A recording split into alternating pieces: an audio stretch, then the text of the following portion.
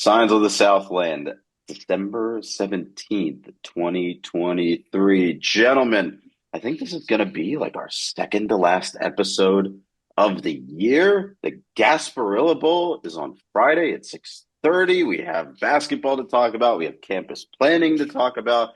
There is so much stuff packed into this episode. Let's get started with women's basketball. They pitched an awesome game in Athens earlier this week, a 64-53 win that was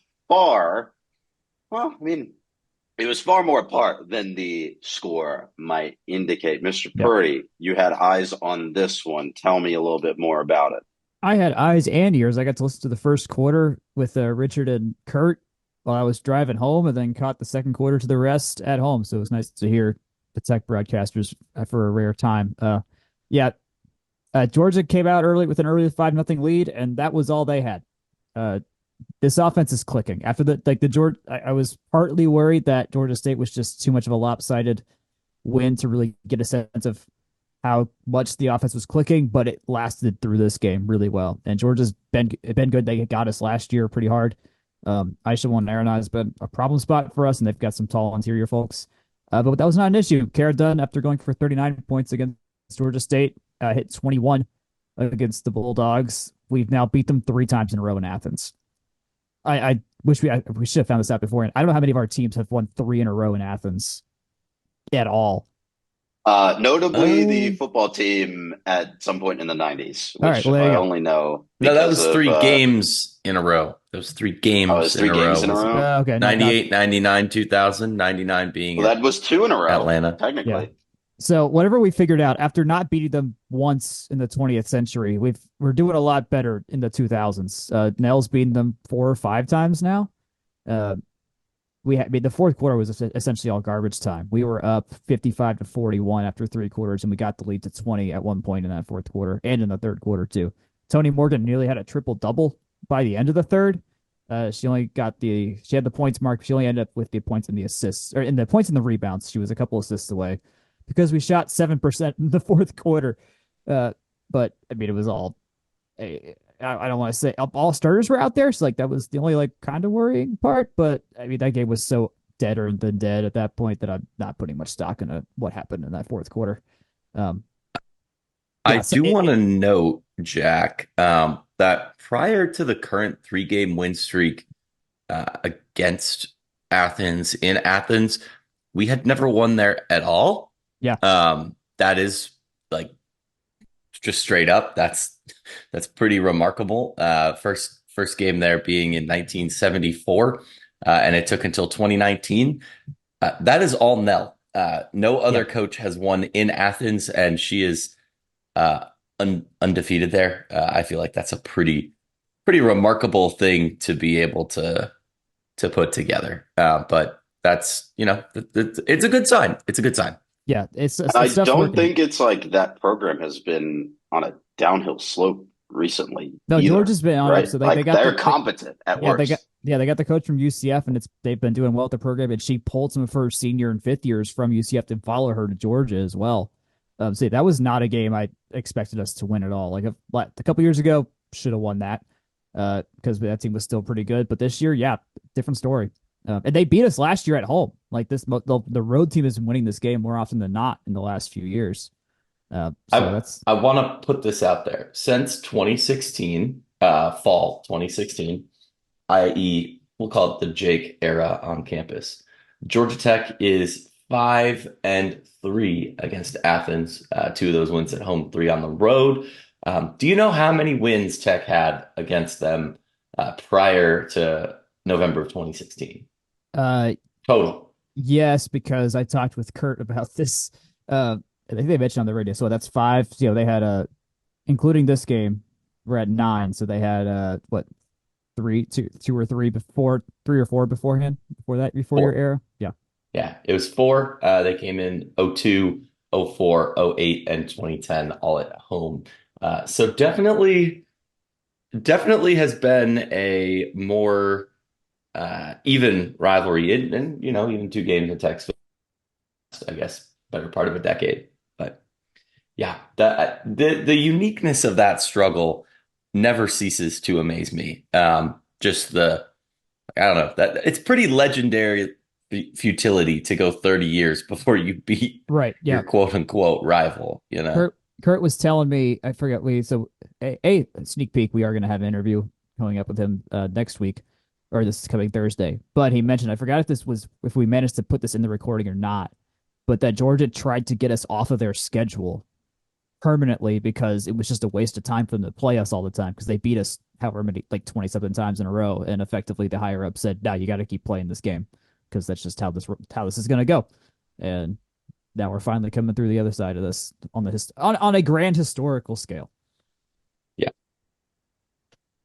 It One other sounds a random lot note like before Bedlam, I gotta say. I was going to Sounds say a one lot more like random Bedlam. note before we get into maybe a little bit more stats discussion. Did seem interesting that they sent both Kurt and Richard Richard, to yeah. Athens. Yeah, I don't know, just random oddball note there from me. Women's basketball is the next fixture. That is versus South Carolina Upstate. That will be on the 20th. I think that's Wednesday, Wednesday, yeah. That 2 is a p.m. Wednesday. on ACC Network Extra. Let's switch over to the men's side of McCamish Pavilion. I guess technically they were at Madison Square Garden in a game in which we can still not figure out the scheduling situation for it. They Well, beat Penn State. they had the commencement was this past Saturday, yesterday. So the arena was never available in the first place. It turns out. Wasn't it originally scheduled to be at State Farm Arena, which had the CBS Sports Classic? That I thought this was a neutral site originally. this might be some weird TV shenanigans then, or something else. Well, again, they did have the CBS Sports Classic this weekend. I'm looking that up. You guys fan? All right. In any case, Tech beat Penn State 82-81 in overtime. I finally got a chance to watch a men's basketball game again, and I was in a very familiar place, very frustrated that this game went to OT in the first place. It was kind of ridiculous given how good Tech looked in honestly like 90% of this game, which legitimately good in this game, that they let this get tied late and almost let it slip in OT. They got a very lucky, I think it was a block. It's like a block charge call. I never know which one of this is the one that I'm looking for in that dichotomy. That sent Tech to the free throw line right at the end of OT, and it was only clear on replay, at least to us watching at home, that the defender leaned in to that challenge in order to create the contact instead of standing up straight. So obviously that'll get you the call. Tech sinks both free throws, and that's kind of your game. It was only at the tail end that I got to it because I was watching the women's game at the same time. That was also a frustrating bit that yeah, they had both kick off at the same time. But again, TV shenanigans. TV stuff. They were never going to talk to each other about that. I was glad to see that we could hang in there in the end with all the craziness. I saw a lot of tweets after the game that the calls were just terrible going both ways and at the end. So this really got super coin flippy beyond just going back and forth and trading buckets at the end. We had a lot of clutch moments that had to happen, and they happened though, which is what sticks out to me. Miles sunk his free throws. Reeves made his buckets. We had a lot of putbacks in that stretch there. I think that final play that got us those free throws to get the lead. What was it? Kawasi Reeves, I think, had a legitimate charge that should have been called on him on a shot that didn't go up or that got blocked that went into Miles Kelly's hands. And then as he's falling back to take the shot, he just does a classic soccer player flop and just isn't touched. But the fact his legs are 8 feet in the air, he gets the call. And I mean, do what you got to do, I guess. Get your points however you can get them, and so we got them. Penn State's final shot was not that great though, so at least we didn't. I mean, with 2.1 left, it was a full. They had to get full court. Penn State didn't have timeouts, but and you can't advance the ball. And even if they did, you can't advance the ball on a timeout anyway. On the men's side, yeah. So it was like, well, it didn't seem like it was at least a very extremely low chance, but I was still gritting just still biting my teeth at the end there to maybe have it. I would like to point out that last year, Penn State was a tournament team. We played them much closer to their fan base in a, I would say, kind of daunting arena for a lot of young and or inexperienced players. I know that, we're, 10 games into the season almost at this point. So maybe inexperienced and or young are going to be monikers that shake off a little bit. But considering how poorly we saw Tech play on the road against other Power Five competition, i.e., Athens and Cincinnati, I think the fact that it was, they did have a 10-point lead. They should not have allowed 27 points off of turnovers. But, and this is me kind of paraphrasing Randy and Andy on the radio broadcast, is, you'd much rather walk out of that and coach to those errors or coach to those things where you can fix it with a win than getting the doors blown off of you, right? Like, I think this is Tech's most compelling neutral and or road. I mean, it's the mecca of basketball. Like, if you're going to have a team that's shown themselves so far this year to be real skittish away from their own building, I think this is a phenomenal showing relatively, and you kind of got to keep it in the perspective of the rest of their games. They're playing now post finals, which is certainly a good thing. And I think the last 5 minutes of regulation were emblematic of a lot of the ways this team has struggled, not only in this game, but in general. But even in the first half, Penn State was capitalizing on a lot of Tech mistakes. But as they, come along and tighten things up, I think that's a sign that this team does have some of the juice to make things happen. And I think that even 2 weeks ago, the vintage of this team, not that they wouldn't have to fight, but I don't think that they'd be playing the same game and getting the same outcome. I don't know. That's probably my biggest takeaway from the game. As I kind of alluded to, I was listening to it on the radio, so the eye test stuff I don't really have. I have more of the Andy and Randy wonderful elocution. I love them. They're great. I love listening to games on the radio, but it's a little bit tough. I can't really comment on, the validity of various fouls and things. I just have what my ears heard. And I don't know. I think a different, and even a couple weeks ago, Tech team loses that game and sitting at 6-3.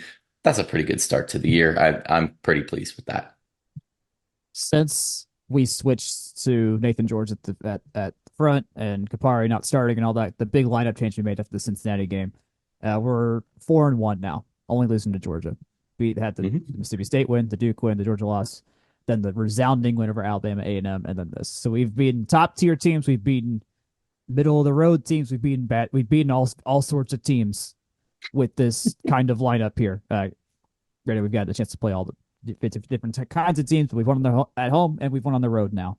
Granted, this isn't necessarily a road crowd because it was Penn State and this was a triple header event with St. John's playing both their men's and women's teams after us. So it wasn't a true road environment, I would say, but still, it was. I mean, they're going to be playing in these weird kind of situations again coming up soon. So, like they're. It was weird though. Like you say, it wasn't that true of a road crowd, but for what it was loud. Like the Penn State contingent that was there, or the Tech contingent seemed pretty loud. It just seemed like people into the basketball games in general. It was a good game to watch, at least over the radio. Yeah. At the very least, you got entertaining stuff to keep yourself entertained with. I forgot to make one note, but this carries over to the guys. Actually, the women have won all four of their games against opponents from the state of Georgia, Georgia State, Georgia, Mercer, and Kennesaw State. The guys played Georgia Southern, and so we have beaten between the two basketball teams all the possible in-state opponents on the schedule. Nice 5-1 total because the guys couldn't beat Georgia, but it's like, oh, we're 6-3. What a productive start. We've really come a long way. We're winning games early and whatnot. Last year's team also started 6-3, so never mind. I want you guys to guess the last time a Tech team has not been 6-3 in at least 1 point of the season. They didn't all get there the same way. Men's basketball. In men's basketball. Obviously, other sports did not all go 6-3. Was it the own basket year? The Grambling State basket. Yeah.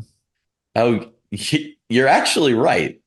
So that one, that loss 64-63 to Grambling State put Tech at 5-3 on the year. They lost their next game on or at home. It was a home game against Tennessee, 77-70. You nailed it. It was 27-18. I'm not sure how you pulled that one out, but that is some good recall. Good To be job. fair, I didn't know the record. I just picked the cursed year, the most cursed year that I could think of.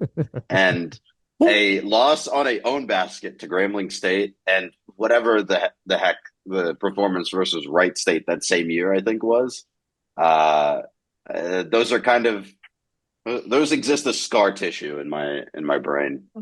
That was my first year on campus, and I remember hearing about that basket. And I think that's why I didn't really go to basketball games for 2 years, was because that just traumatized me so much, and I wasn't even there. I was like, why bother? We're gonna do this. As one of the two people on this podcast that were there in person to watch it, yes, legitimately traumatizing.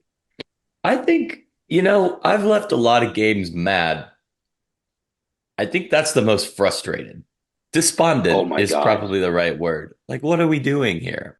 In terms of the themes, I do want to hit on again. Too many turnovers by Tech. Yeah, 17. That's a lot. this has been a And constant for like, us. and again, it led to 27 points off of those turnovers. Not good. Um, you really don't want that. I think Tech has cleaned up fouls decently, only committing 16. I think that's a trend I want to keep watching. The team's still young, right? Biden Dunga's a big guy. It happens. He's a young guy. Not that I want to single him out or anything like that, but you just want to make sure that your players, your starters, people like that are staying out of trouble and staying in games. So that's another big one to watch. And then let's see. Oh, yes, the rebounding. Tech was really, really, really good on the glass. 54-32 in terms of that margin there. They had 20 offensive rebounds as well. Of course, Bayandongo double-double, 19 rebounds, 12 total points. Pretty good. It's nice to be grabbing the balls, extending possessions, extending plays. That's what you like to see. Speaking of the men's basketball program, we will see them back in action on Thursday, the 21st, versus the other UMass on Tech schedule, the original UMass Amherst at 9 p.m. That's on ESPN2. That is in Hawaii for the Diamond Head Classic. Later this week, actually, the next day on Friday, they'll face I think it's the winner of Portland or Hawaii, I guess, depending on if they beat UMass, but it'll also be on ESPN2, and then a to be decided opponent based on the other results on Christmas Eve. Yeah. No TV and no date or no time announced for that. Excuse me. I've got one note on UMass. I believe they have beaten UMass Lowell this year, for all those who are asking. So keep that in mind. Ken Palm slots them in right around 130th in the country as well, much like Tech. So should figure to be a pretty interesting matchup. We definitely all thought we'd have the UMass Lowell, Georgia Tech circle of suck. Yeah, here we are. It's what everyone craves, just like LSU playing both USC, the California USC and UCLA in the same year next year in football. Why are they doing that? I don't know. Why are we playing both UMass and UMass Lowell? I don't know. No one asked me. No one told me. So, we get to experience this together anyways, is my point, Before we talk about, oh my God, so much stuff about the campus plan, a short break. Back in a tick. Yes, of course. As always, this podcast and all of our podcasts are brought to you by Section 103. Section 103 is the best place to find Georgia Tech apparel. It's soft, it's quality, it's unique. You can only find it there. And it's the only place, to my knowledge, that you can support our athletes with NIL jerseys as well. Steven's a great partner to the site, and so much so that we wanted to get him onto a Science Extra. So keep an eye out for that coming out. In the meantime, you can go to section103.com and use the code FTRS 10% off. And be sure to, get that in. No guarantees. It's getting close to the holidays now in terms of timeline, but as always, 10% off with the FTRS code. It's always the right time to be ordering Section 103 free shipping on orders over $70 every day. Check them out at section103.com and at Section 103 on Twitter. Welcome back to Scions of the Southland for the 17th of December. Now, gentlemen, we've been waiting a couple weeks to do this so we can get all of our ducks in a row. We would like to talk about Georgia Tech's campus comprehensive plan. I think that was the official name. This is basically your modern 2023 edition of previous decade-long plans that Tech has put together in the past. I think the last one, correct me if I'm wrong, Jake, but the last one was in the early 2000s, somewhere around 2004-ish. Yeah. That is the year. That's the year that I have in my head, and it's great to know that that's on paper. So, Mr. Gray, you are our local expert on planning. Give me a breakdown of some of the high-level themes that the campus plan has for us. Yeah, so I do want to give a disclaimer. I am in planning, a very different field. I don't do a lot of the design work myself, but I do think about this stuff a decent amount because I'm also a big nerd. Original fan of the 2011 campus master plan right here, day one, Before he even knew about Yeah, it. before I even Before knew, he even knew what Georgia Tech was. Original I, day one fan.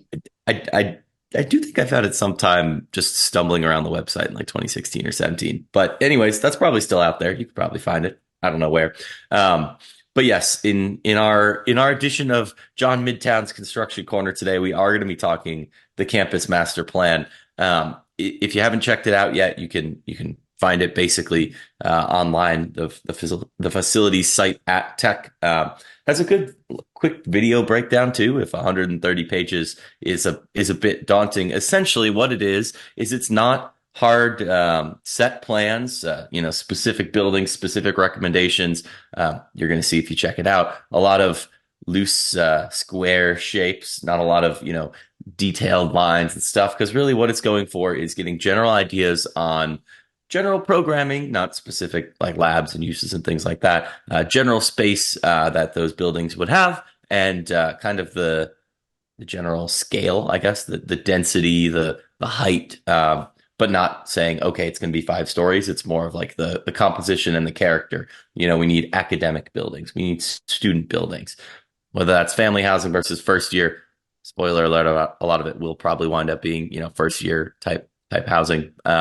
That's to be determined in the future. The themes that they kind of talked about, they talk about ecology and stewardship, restoration, things like that. Those may not be the first things that come to mind when you think about planning, or building, or, new facilities is probably the most fresh on people's mind. The exhibition hall recently, or the student center. Those are all very tangible products, but a lot of what is at Tech right now is shaped by the topography, by where water is trying to go, how we get around. So, things like walking and biking and driving, but also what happens to rain, and how do we, maintain our tree cover and all that. So a lot of stuff going into it. We can kind of break down some of the other points that they talked about, but the other key themes that they talk about a lot are those connectivity, and then at the end of the day is the actual needs that they identify, which is a little bit different in and of itself.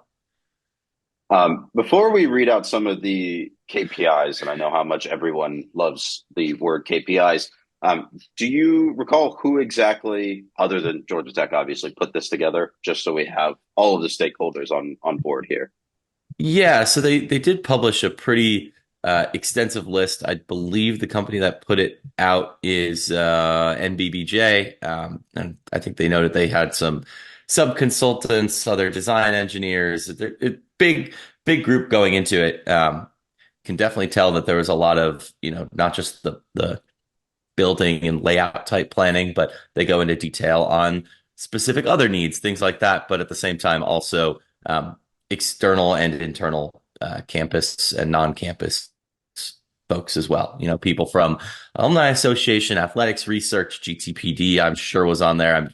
I know I saw the other three, but I presume, all of your major stakeholders would be involved in. And like I said, the community as well, right? Because tech, and we can talk more about this than we have talked in the past, isn't just, in Atlanta. It's supposed to be of Atlanta and integrated to the land around it, and most notably Tech Square. But there's other parts that we'll kind of talk about them fleshing out as we go along. So the executive summary, if you remember, yes, nothing else from this, here are some of the points that you should. Based on this plan, Tech expects on-campus students, faculty, and staff to increase by 26% by, I think the time window on this is by 2031. Yep. They plan on, or at least they expect to need 2.2 million more gross square feet to meet academic, research, and workplace space needs. They'll need approximately 2,000 new beds for first-year students, and they'll need another dining facility to support those students. They will need additional indoor and outdoor recreational facilities, so CRC-like facilities. This is not, that point is not necessarily referring to athletics, but we'll get there. They'll also actually need, they look to add some athletic facilities as well. Some major goals in terms of transit: no net new parking. They want to increase alternative mobility options and make transit services as reliable as possible. They've defined a campus core area, and we can get to that in a bit, that they foresee as car-free, entirely car-free. And they want to make campus entirely more pedestrian and bike-friendly. The last couple of things here, they really want to embody proper ecological stormwater design principles, and they really want to make sure that they reduce stormwater runoff to, honestly, before the way that it was naturally instead of after the land was developed.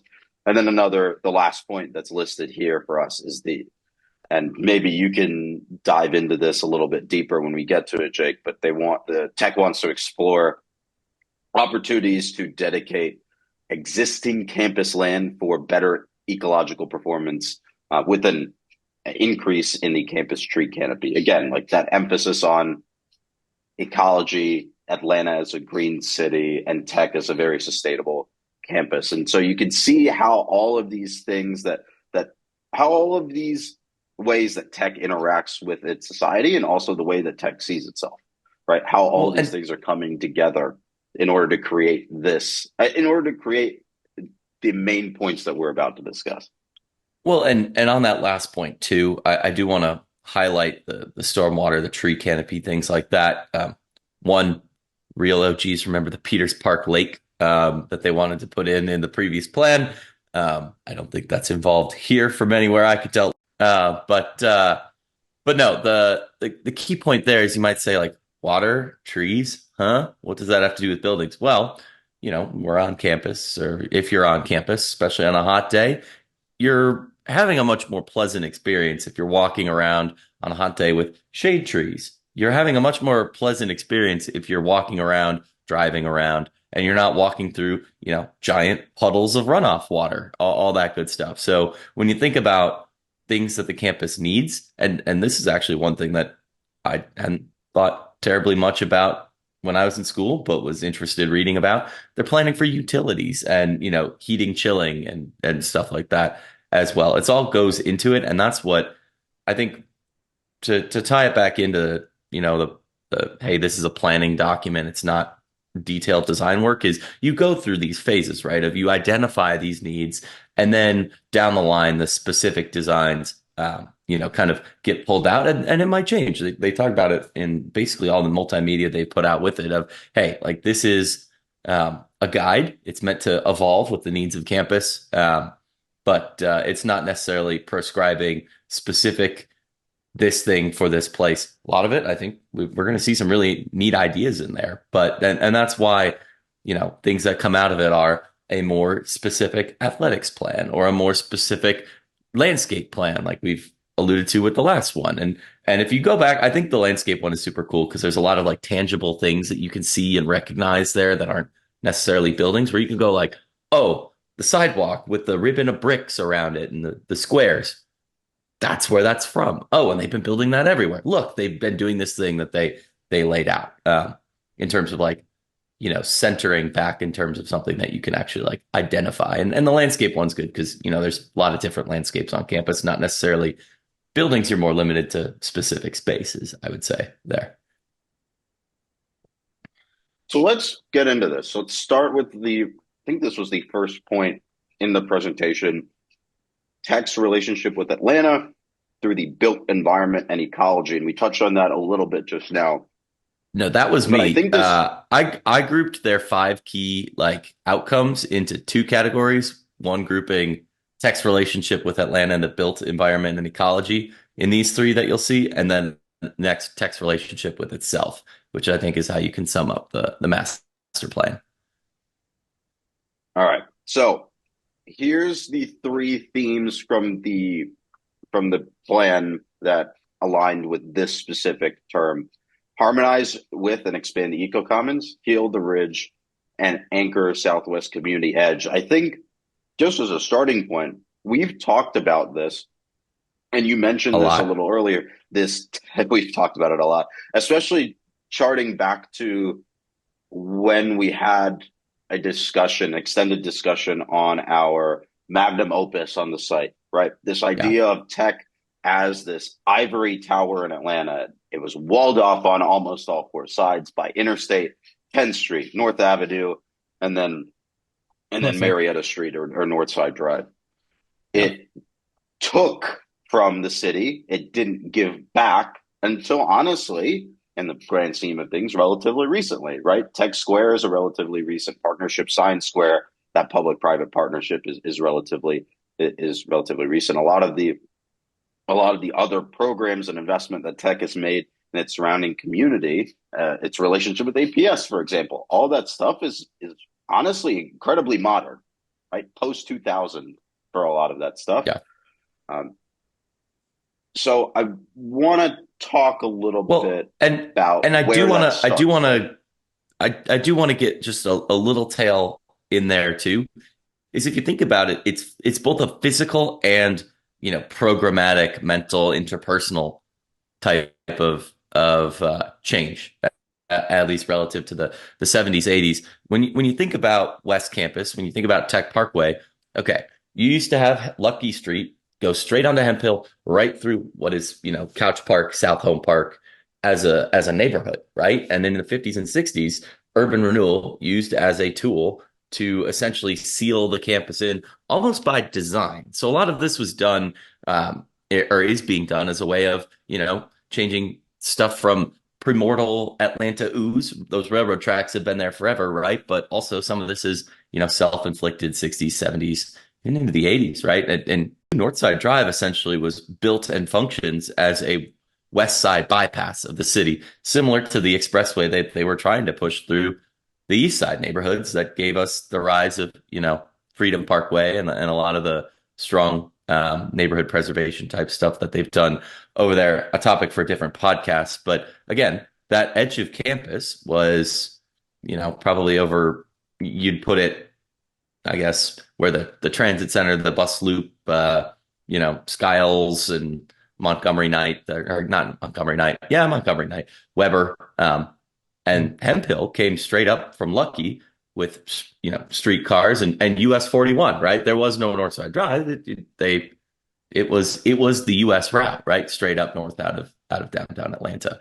I think where that kind of gets related to the points I think back that we want to talk about is Marietta as a ridge is that kind of barrier today, but almost in a tech sense, right? A lot of those properties are Georgia Tech past the CRC, but they're auto-oriented, not designed for, everyday campus users coming and going, et cetera, et cetera. And they orient themselves away from both Georgia Tech and its students, as well as the neighborhoods around it, right? They're often, buildings with a big parking lot and not much else going on. It's uses that aren't seen as, this optimal core, MSc 2001 or, Primo Research, the library, student services, things like that. It's things like a couple labs or HR, payroll, the mail sorting facility, those again, suboptimal uses. And what the plan sees that is, hey, Marietta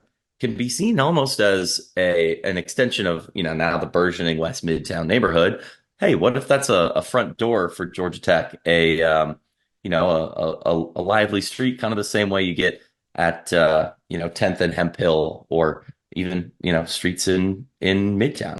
Obviously, Marietta is not going to be a new Midtown or anything close to that, but you see that and activating North Ave, and honestly a brand new theme from old master plans. Marietta was, I mean, kind of not Nowhereville in 2004, 2003, but it was still seen as that edge of campus.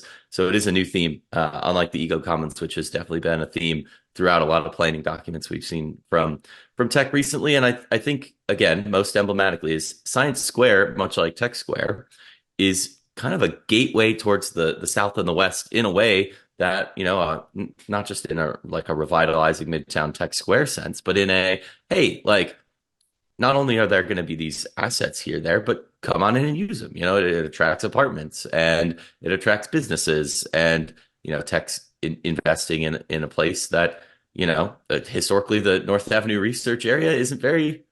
I guess. I mean, even when I was a student, you guys were students. Did you ever go over there? Like it wasn't a place that really had an asset for most non-affiliated research I have folks. been there once, and it is like an Alpharetta office park, or it was like an Alpharetta office park. I think you're right on that. It's an opportunity for development and actually building a cohesive unit, like a cohesive neighborhood there, not only in that specific area, but also around it, right?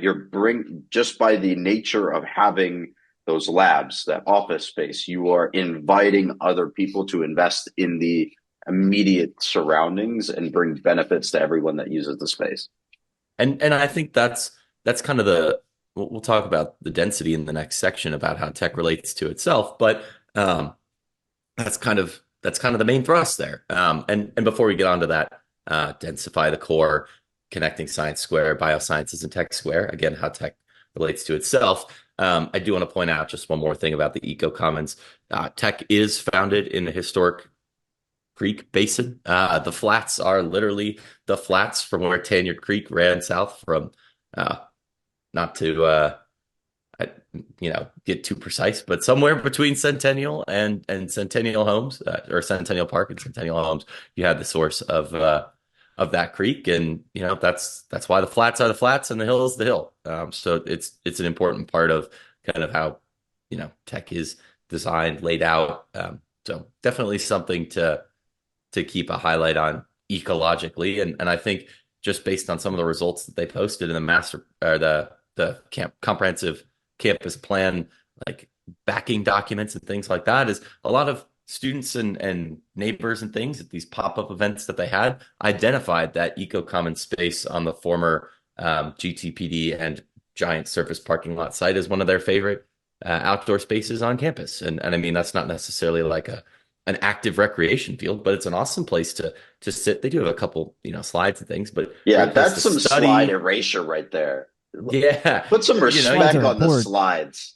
You can throw the frisbee around probably a little bit too, but it's more of a, got a nice little bike path through it, got some good walking paths. It's a passive recreation, but also or maybe not passive recreation, unorganized recreation, but also a like just a passive way to handle stormwater and plants and all that tree canopy stuff that we've been talking about. All that relates in one place via what they've already done, and hopefully it represents a continuation that could come, to other places on campus too. Before we move on, I do want to double click on that for a second because we got to watch the development of that space firsthand. I mean, you more Yeah, than me because I had graduated by the time that they started construction. I But did live it, right there too. yeah, also, and we should also mention that there is a monument for the Pickerick sit-ins there as Yep. well. There's And I wanted to make sure that we got in there. But it's just fascinating to me that when I got on campus in 2015, which is now nearly 10 years ago, that lot was just barren. The asphalt was cracked. The GTPD building was old. I mean, there are a couple of storage trailers over there, but it was just a completely poorly used space in one of the densest parts of campus. And now it is a very nice looking park. It doesn't have to have a specific purpose, like for intentional use, but the fact that it exists and is there as a campus amenity, I think is really cool. And I think it obviously comes out in those surveys, right? Well, People and it really like the fact that this exists on West Campus, and they don't. Hey, maybe if some people have been grad students for years, they're used to going and walking over to Tech Green in order to get some sort of greenery restoration or like larger yeah, like scale, and now they have Couch well, Park and the Eco Commons right and next to each other. and it ties into some of the efforts of tech to, you don't need a rigid street grid all the way across campus, but to making 8th Street a corridor that goes all the way from, you know, near O'Keefe past the track, all the way through to Woody's in the new building that they're building over on West Campus through. And if you go to Maps, Google Maps right now, and you pull up the aerial of Georgia Tech, you'll notice that above Marcus Nanotechnology, they've updated the imagery, which is great because it furthers my point of that's not as well loved, as well publicized of a section, but you can see if you were to go to Mark above Marcus, how well the path that they put through the core eco commons or the big space, outside of Candida, ties through all the way to the segment between State and Atlantic. And I think that shows just the exact kind of like, hey, not only does it exist right here, but boom, we got another block in there. It's got a path, it's got a sidewalk. You can see the water retention. It's not like a full park or anything like that, but it's good tree space. It's connection across campus, and that's how I think a master plan or a design plan or something like that comes to fruition, right? It's not necessarily, oh, they drew that swoopy line like that when they put together a plan 20 years ago. It's, hey, we have this idea. How can we manifest it? And, it's not necessarily always something that's big and flashy like the core Eco Commons park either. 4 of my 5 years on campus were on the west side. I don't even remember it being like I remember the police station was there when I got to campus, but I never even saw that parking lot because they were already working on it by the time I got to campus. And that It was corridor, barren. yeah, that corridor you It mentioned, sucked. I'm glad I don't remember it because I clearly it wasn't worth remembering. But that corridor you mentioned, I used daily to come from various spots in Home Yep. Park where I lived when I was living in West Campus dorms. Like that whole section was critical, and the amount of less like free space and hang like a big note I remember from when they were asking students about what do you want more of. We said hammocks. We wanted so Yep. many more hammocks because the only section of them was 6 of them on Tech Green to service 15,000 plus people. And half of them And were broken, Like weight racks. to be yeah, clear. and so they added 8 of them over there. And it's sad. And the tree cover wasn't as great then because the idea is that area is going to literally keep growing, like Yeah. all the foliage and all the natural wildlife, not wildlife, like natural grasses they put in there. Like that place is going to keep turning into more and more and more coverage as the years go on, decades, Yep. I should say. And I think this is kind of where we can talk about, the internal relations of tech, right? The densifying the core, using the space we've got better. And I will use this as a,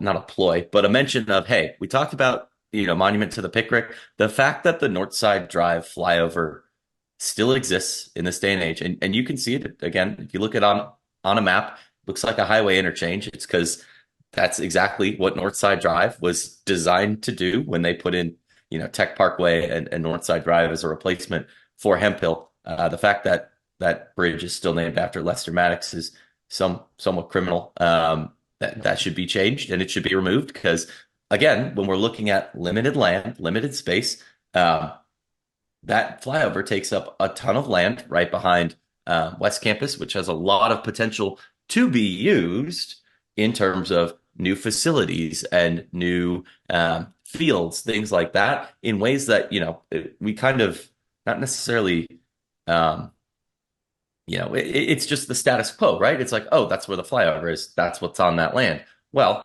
for years, it was like, oh, those are surface parking lots.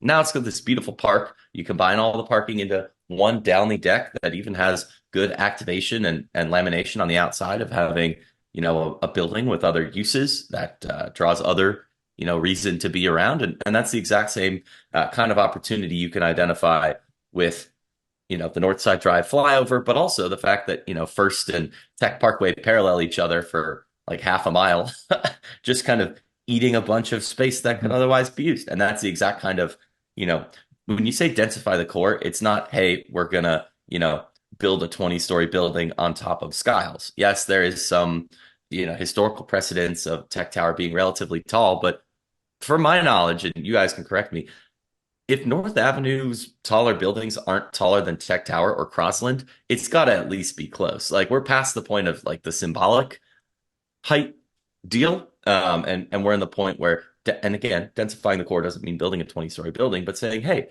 like how are we using this land? Are we getting the best facilities for our footprint, and how can we kind of acknowledge the space that we do have, like whether that's on Marietta or North Side or just some of these odd places that, you know, why would First Drive move? It's a road. It's already there. Well, maybe if we rethought how that kind of relates to the land, we'd get a different and or improved use out of it. But I hate Northside Drive and Northside Parkway. There's so much value to be gained from taking out that flyover and turning it into a normal street. It is insane. You could build, you know, actually I'm not gonna spoil the surprise in terms of, some of the stuff that they have kind of in the pipeline for over that area. I do want to say one more high level note on the tying campus together. That's again mobility that exists as pedestrians, it exists as bikers, it exists as stinger routes. Honestly, one of the most interesting things I noticed is there was kind of a not necessarily throwaway comment, but just a hey, not only would we look at redesigning our buses for frequency, which again is probably the biggest factor that a lot of people have in using transit is will it show up when I need it to? So, simplifying the routes, making sure they come more often. And then at the MARTA stations, tying into the bus bays at the station makes that connection, seamless. The best you can do to tie stuff in, whether it's, biking and sidewalks, making a network, right? Cars, having reliably timed stoplights and safe ways to make left turns and right turns and things like that. It's little things like that that make a network. And especially as you go over to the southwest side and having to bridge the railroad tracks, whether that's, having reliable shuttles that get you over to Science Square or just more bridges across the connector and the railroad tracks. I think all of those are super awesome ideas, and it, kind of helps them better use the land that they do have because they're not making more of it. You can't just urban renewal in the way that the 60s were just does not exist in this day and age, and it shouldn't. Right? But also West Midtown, thriving neighborhood. People like living in Home Park. People like living in Midtown. So, I mean, to your point, though, they can make new land because I don't think you mentioned it yet, but this campus plan does account for a small cap of the connector between Fifth Street and North Ave, which is documented as a massive park on the on the image that I'm looking at here. I don't remember what stage of planning that is at, but that is also an important thing to know. And I think to your point about urban renewal and the way that Tech's campus is structured, right? They can only expand to that southwest corner and along that south and west ridge, right? They have to the immediate south, it's all Coca-Cola. To the point where a Coca-Cola research building is jutting into their plan for campus and on the map. To the north, it's Home Park plus Turner Studios. to Yeah. and then to the east, it's the interstate. So you can only really what you can use the land that you have. You can cap the connector to get a little bit more land. Obviously, Georgia Tech's involvement with that is not necessarily as labor intensive as the rest of this, but or you can start making better use of the space that you already have and also adjust the amount of space that you have on the south and west sides, which I think like we've been saying, this plan does a very good job of optimizing that space use. Let's talk a little bit specifically about athletics because this is one of the things that you didn't want to spoil, but I'll read some of the recreational needs first. In terms of recreation facility needs, we talked a little bit about that the CRC at present day is pretty underbuilt for what's necessary. I think It was built to serve a student population that was, way a smaller. third of the size. Yeah, way smaller. And arguably it's already 60% unbuilt with some of these numbers that we're about to talk about. Yeah, the square footage requirements for the next 10 years, 27,000 square feet for weight and fitness. So there'll be a bunch more squat racks available for students to use. Group fitness space, another 12,000 square feet. An indoor running track that'll have 7 lanes, 4 more multi-purpose indoor courts, 4 more outdoor tennis courts that would actually be a replacement for the ones that are on the top of Peters, outdoor basketball courts, outdoor multi-purpose fields. And there's this table that I'm looking at for indoor and outdoor recreation that I think you pulled straight off of the plan. And it is ridiculous, some of the differences here that they're trying to account for. I think they identify 12 racquetball and squash courts being needed today. They only have 4 right now, 15 in 2030. Like there's you could plop down a second CRC, including the amount of pool space. Yeah, maybe some of that should be outdoor pool space. But yeah, all these needs are effectively doubling what the CRC already has. And they wasted a squash court because they put a golf simulator in there. It was being used nonstop for about 6 months, and then they stopped maintaining it, and then it just died. But they had a way for golfers to play golf on campus, which was nice because no one can use the golf team's practice facility next to IKEA. But yeah, like they effectively got to build everything twice again, which makes sense. Like the squat, there was never enough squat. Right? Like if you wanted to do weight training, good luck. Get there at 5 a.m. or 9 p.m. Like that was or noon. Like those are your options. This is my particular area of expertise. For those listening that don't know, I was on the CRC advisory board. In addition to being very involved in the club sports world, and that's from especially the club sports side. This is feedback from organizations that are already connected into the way that gets used. I think the funniest part of this table is that the rec swimming row in the indoor recreation part of the table is actually overbuilt. They actually project less need for the recreational swimming. And I mean, that's just because there's an Olympic-sized pool in there. Yeah, right. Yeah, like in terms of what students are actually using, it's not that much because you've got they sell a lot of that space, the time and space that they have the Olympic pool. A lot of it gets sold to private swim clubs that rent the usage of that space. The actual amount of time that the Georgia Tech public uses the competition pool is minimal at best. Right, but what I'm saying is, are they going to take out the water slide and some of the other recreational pool stuff? Because if they take out that water slide, man, I'm gonna lose it. I haven't used it in a while, but I'm still gonna lose it. There will be a riot if they take out the water slide and nothing else. If they even consider taking out the water slide, I guess they're putting it back in the outdoor. I guess this says that there will be some sort of outdoor facility, or implies it at least. Well, and that's just like square footage area of pool. And I noticed that they don't count any of the competition pool in any of these figures. So that's probably why there's some interesting math there. Let's talk a little bit about the athletic side. I think I've stalled long enough. Jake, I think when we looked at this a little bit before, we were kind of like, this feels a little like athletics specifically needs to take another look at this, right? Yeah. In terms of like new facilities. Again, it's a plan. Everyone's probably most interested in that. The two identified needs were a field hockey and a soccer, specifically noted NCAA sized stadiums for both of those, as well as infill development on the southern corners of Bobby Dodd Stadium. I would tend to agree about the athletics section feeling underdeveloped relative to the amount of words and figures and stuff that were in on other spaces. But I think at the end of the day, it's still worth noting that the Institute, even independent of athletics specific master plan, has identified women's sports, particularly soccer and field hockey, as those places with growth. The ACC is phenomenal in both of those conferences. We've talked about women's soccer 6 ways to Sunday and how it's a matter of when, not if, essentially. And this is a big part of that when, right? Is really there's not somewhere to call home for a team like that right now, and this would get them really in the ballpark of doing that. And again, to tie back to the original kind of kick the can down the road type comment I made earlier, both of these would be right along that Marietta Street corridor with a lot of other new recreation, and that would really bring an anchor tenant, if you will, to that Marietta Street development.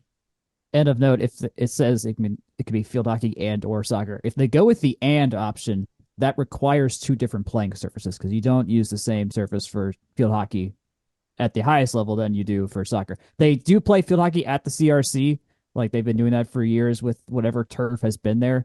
But the actual subs, like you're not using the turf pellet stuff for field hockey. I think field hockey is on straight up AstroTurf, right? Yeah, like it's Astro. the Yeah, OG yeah, AstroTurf. it's still on the hard stuff. Yeah, Yeah. That's actually a very interesting note, especially given this plan. I think the way that they've drawn this out on the map is with a shared facility and then what they call a multi-purpose field next to it, something that looks a lot like Sac Fields. yeah. I think what ends up more well likely what probably is more likely to happen, just if they go with the multi-purpose thing, is that lends more towards soccer and a lacrosse or something else that could be used on the same field versus field hockey instead. Yeah. And of course, this would all tie to the CRC. There'd be, parking and crowd management type stuff involved. But again, it really ties back to the making Marietta Street a vibrant, interesting part of town and kind of a towny way that Georgia Tech has not traditionally had, at least not in any of our times on campus. Tech has been kind of unique among a lot of schools that it's a very campus-based school. And if you've been to a city school, you know what I mean. It's a different feel, but at the same time, not really having like a college townish, like Emory Village, even as an example, in terms of kind of a development. And this would essentially be, Clemson downtown, Athens downtown, Emory Village, that kind of, college street energy. You know what I'm going for? Yeah, like Tech Square hasn't really done that per se. Like it's got some of the things, some of the ingredients, but it never has come fully together. For me, I think the thing with the Tech canteen Square closing did it in for me. That was brutal. I wouldn't even missed say that that. place. I wouldn't even say that. I think Tech Square by design was meant Yes. for business purposes, right? Yep. That public-private Yeah. partnership of innovation centers in Synergy. I think being so intentional about what they wanted there has hampered the neighborhood feel of that area. Yeah. Whereas we now know what not to do if we want to generate that neighborhood feel. Right. And that knowledge can go into designing this space down Marietta Street and making it a more neighborhood style area instead of just dedicated to businesses like Tech Square. One of the other things that I found athletics wise that was really fascinating was there was planning done for an esports facility. Yeah. I mean, it found it fascinating mainly because I think having a dedicated space specifically for esports rather than putting that in something like an exhibition hall is not an unknown concept, but I would say it's a pretty rare concept across major institutions, wouldn't you say? Yeah, it's not a thing that's obvious, I would say. Like it's not a thing you're trying to explicitly build around because but Tech like has teams. Like we have League of Legends teams. We have all the different stuff going on out there. And And we're they're good, to be clear. If I oh yeah, remember no, correctly, they're very good. yeah, Tech is the perfect meeting point of esports. And I mean, like if any place in the South, any big school in the Southeast were to be good at esports, it's us. And we've talked a couple times about why it's a great fit. It kind of similar to soccer. It's something that people are interested in that may not have that traditional like interest in a football or a baseball or a basketball, but getting people invested in a Georgia Tech League of Legends team is the front porch mentality, but for the year 2023. A dedicated esports facility isn't necessarily common in universities right now, but they are becoming more common just as a concept. And we've seen great turnout for events that have happened in Atlanta, even at places as big as State Farm, in Yeah, terms of the you know, Fox has hosted things like that. Like yep, it's been a yep. thing. And And hey, if they could get the Microsoft Excel Collegiate Championship in there, that would really be up my alley. Hey, they're right there. Microsoft is right there, man. But but yeah, I think one of the things that has prevented Tech from doing this before, because it does have major event spaces on campus, right? Chemistry Lane exists, the exhibition hall exists. And I believe that there was some issue with the size of the loading dock. Oh, I can tell you why. Oh yeah, no, there is no loading dock at McCamish. This is Okay, why. well, size Yeah, of the loading dock being the yeah, problem, having no loading dock is also the problem. yeah. You can't. Yeah, the McCamish would be the ideal place for this, but when you have no loading dock, you can't bring in the size of the equipment that you need, and also we haven't. That means we also can't like replace the quality of the screen on the scoreboard in there to make it more to make the resolution good enough to potentially like broadcast stuff. Like I remember watching basketball. I remember watching Tech women play South Carolina in the 2020 tournament, and you could barely see the dang thing, even though they brought it really close because the definition was so bad. They just don't have enough pixels, and you just can't. The stuff you have to build, you can't carry it in there unless you like break it down to its ridiculously small component parts and literally bring it through the front door. I mean, you need So so much of networking equipment. You need yeah, probably a bunch of network switches. You need a bunch of computers, which I mean, you right. can carry in, but you'd rather wheel them in. Right. Um, You want to if you're gonna do this right, you're gonna build the dedicated server rack. You're gonna do all the various things that you need to do to make the networking, all the technology, all this is based on your technology needs less than the people and the interest. Like the interest is there. You just got to figure out the right solution to make it do well. And thankfully, we have a lot of potential new buildings going up that could house that. So I mean, you said it. We have very successful League of Legends teams. I'm sure there's probably a StarCraft team, right? But this isn't our wheelhouse, so we don't have as much experience with it.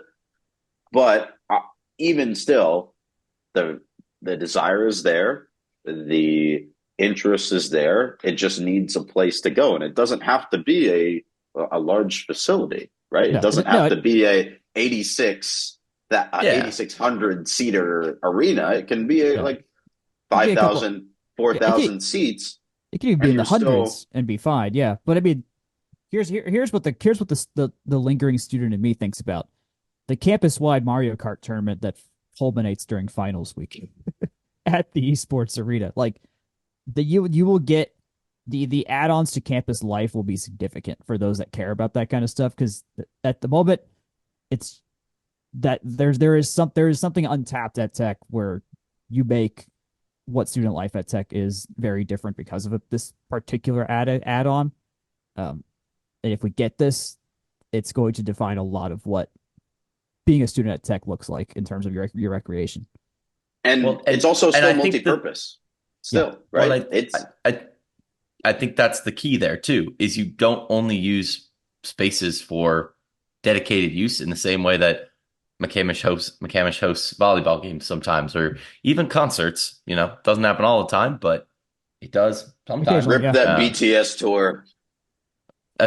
Hey, the gun, what was it? Guns N' Roses Guns N' that was supposed to Roses, be at yeah, Bobby Guns N' Dodd. Roses and Oh, BTS yeah. yeah, that same summer. yeah. It's so glad that we got the turf for those concerts. They were so special. Hey, they played soccer on there in the intervening But year. I think that again, soccer, field hockey, they need to come. It's a matter of need. I mean, it's a Title IX reality, but it's also a way to be relevant, and it's a sport that is relevant to so many people on campus in a way that for the changing times. I mean, I love football, I love basketball, I love baseball, but it's the same way that especially having our volleyball program be what it is and who it's run by, in the same way that that volleyball program is a great front door for South American students who grow up with Brazilian and Argentine greatness in the sport. I think soccer, esports, things like that are a great way for Georgia Tech to stay that front porch. It's got to be a wide front porch to get everyone you know connecting, and that's why our organizations and the clubs we joined and things like that are special to us, because that's what keeps us connected with our missions that we felt were really important when we were on campus as well. Any other points of interest that we should be aware about coming out, the plan specifically? Yeah, I think we've talked a little bit about the mobility. We talked about transit routes, car free. We talked about a little bit about prioritizing that coverage over easier, or over, I flipped it around, prioritizing frequency over coverage. There's some key buildings potentially to be reassessed or removed. Obviously, a lot of Marietta is potentially on the chopping block there. Peter's parking deck, we alluded to, the Student Center parking deck. Woody's is, I believe, covered by a multi-purpose field in this, but that also involves turning those other two blocks of surface parking in the northwest corner into very large freshman dorms. So, yin and yang type situation. Other notes in terms of potential removals. Obviously, all this is just a planning document. One that I wanted to key in on was the First Center, a building that doesn't feel that old to me, but is a big part of getting State Street, a corridor north-south through campus. The proposed replacement in the Arts Square district kind of fronts a lawn on Tech Parkway that looks a lot like Minnesota's Quad. If any of you have ever been there, there's a street that kind of splits it, but a big central, lined by buildings type situation. I think they called it the IC lawn extension, but I'm here for the big IC lawn if that ever comes to be. But yeah, a couple other facilities buildings that are over by the president's house look to be on the block, and then the alumni house parking deck as well. A couple infrastructure changes. We talked about the cap. We talked about bridges over the railroad as well. Reopening the 3rd Street tunnels also bandied about a bunch of times. I think that'd be great with all the, off-campus housing that's coming online in Midtown. And of course, we talked about the elimination of the redundant leg of First that parallels Tech Parkway as well. One kind of high-level theme that I noticed is there's a lot of things that are currently underbuilt for current and future demand. We talked about the CRC, needing new pool space, needing new court space, hard to get on the fields. Those fields, oh my gosh, at the at Rose Stamps Field, giant piece of turf, but they need more of them. And then couple other observations. Look to be some development behind the Biltmore. So as always, eat at Cypress. And then a couple other in design notes. EBB 2 already in planning and pre-design. I did notice the first time I read it that there was some more detail on the building there. So maybe they know something about how it's eventually going to shake out there. And then also that the Bankhead Bridge is in design. I believe they just finished demolition on that site earlier this year. So hopefully the pedestrian bridge is back up there soon. I think that rounds out a lot of the points of interest. Anything else you guys noticed? Nothing else. I think there were a couple of streets that were closed to vehicle traffic in there. Eventually, 10th Street maybe will be a complete street.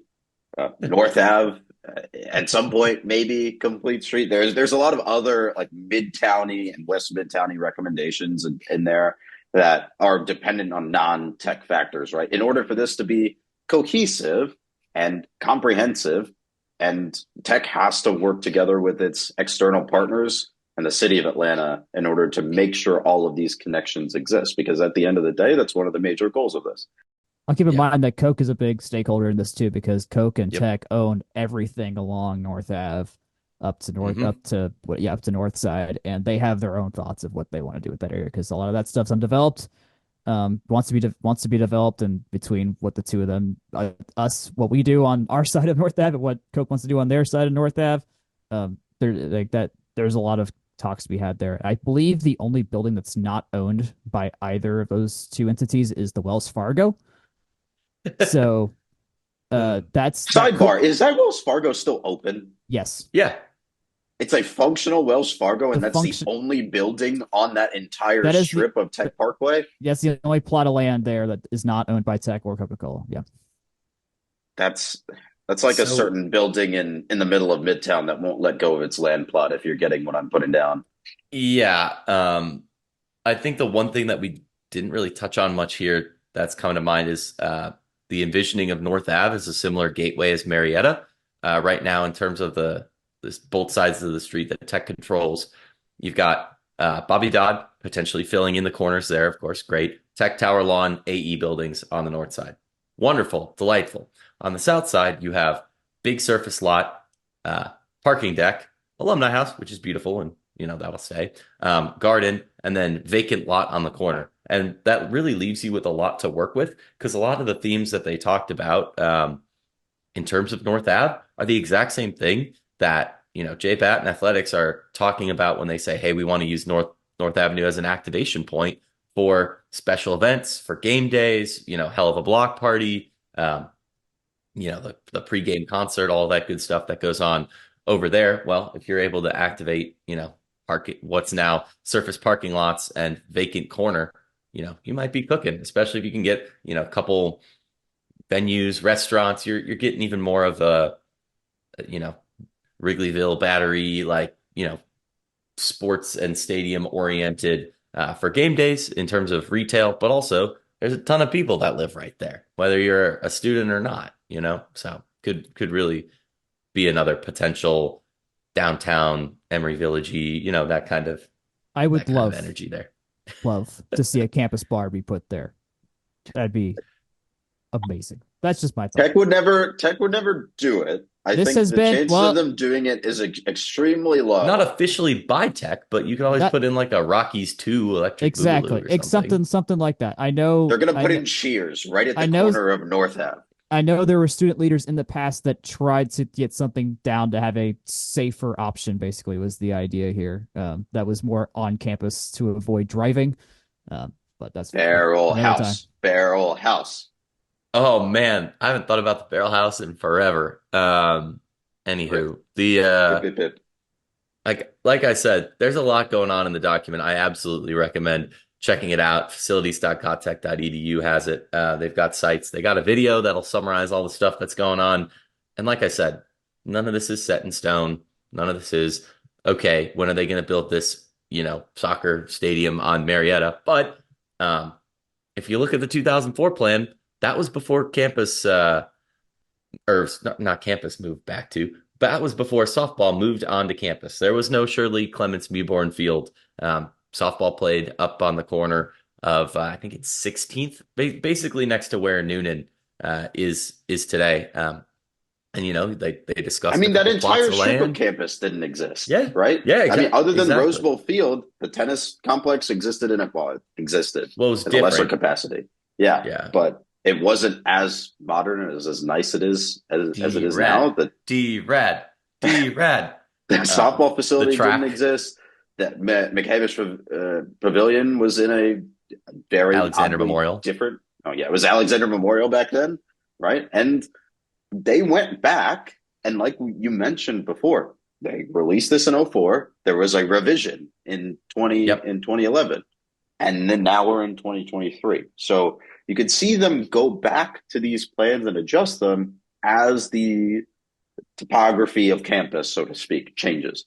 Well, and I think my point there is just the fact that if you look at some of these old plans, softball was potentially slated for like a Burger Bowl site in one of them, or on Marietta where they're talking about, potentially having a multi-purpose NCAA soccer type stadium. So it doesn't always shake out even in the same plots of land. But the fact of the matter is, it went from being softball doesn't play on campus and it's kind of just glimmer in the eye to 10 years later, they had a beautiful on-campus stadium outside of O'Keefe. And that's kind of how these things go. Think we've hit all of our major points in talking about the plan. Mr. Grant, thank you so much for doing all the legwork here and leading our discussion. Before we head out, any news and notes? I have one before Jack gets to a serious note. Hockey, Savannah coming up in January. They'll play Oh yeah. Tennessee, Florida, and UGA down there. I guess Florida State got Das Boot, but that's something to keep on the radar in terms of non basketball and campus plan construction corner, sponsored by John Midtown News. What a guy, John Midtown. He must be loving all of this. Um, a more serious note. I don't know how well covered this got, but we're recording this Sunday evening. Last night at around 2:30 in the morning, a house on State Street burned down. It had 7 people living in there. 3 died, and the rest thankfully got out. Um, but I believe that there were students that were living there, and you tell from the videos and stuff that and the images, it was not a good looking house. And this is a big problem at Home Park that Tech has been aware about for a long time and only has so much power to really deal with. But most of those houses are in really bad shape. Like something is wrong with the house that would theoretically you would think you could get cited for or you'd want to get fixed up. But a lot of these houses are owned by landlords that are trying to just rake as much money as they can from students who don't usually have many other options in terms of housing. It's generally the cheapest housing option for those that are living in the general campus area between Midtown, Centennial, the new apartment buildings that have gone up on North Side and 14th and all those kind of things. Um, but I used to live in one of these houses for a couple of years that effectively was standing on a pile of bricks. I went back into the house recently, and the fact it's still standing is a miracle. So there's hopefully this brings up more attention to it. But basically, if you know anyone that lives in Home Park or has some family members whose kids are going to Tech now and might be living at Home Park, just make sure you are doing a full inspection of the house that you're looking at. Because there are some new nice ones. There are absolutely some good nice ones. There are also some fantastic landlords. Some of them live in the neighborhood and will treat to your every attention. I think we got to live in one of those houses for a year. But then there are others like mine that I lived in for 2 years and had to write a whole piece about it and the technique and everything, who they don't live anywhere close to campus and for the most part do not care about the quality of the house or the humans that are living inside. That's just the sad reality of it. So make sure you're looking at your house. Make sure you know what could be a hazard and whatnot. Based on what the news say, they haven't ruled out that it's not an accident yet, though. So I don't want to comment on what the deal is with this particular fire. But a lot of these houses, just in general, are susceptible to just really bad accidents or just something that can go wrong that you can't live in your house. Mine, for instance, had a really bad mold problem. We had a gas leak at one point.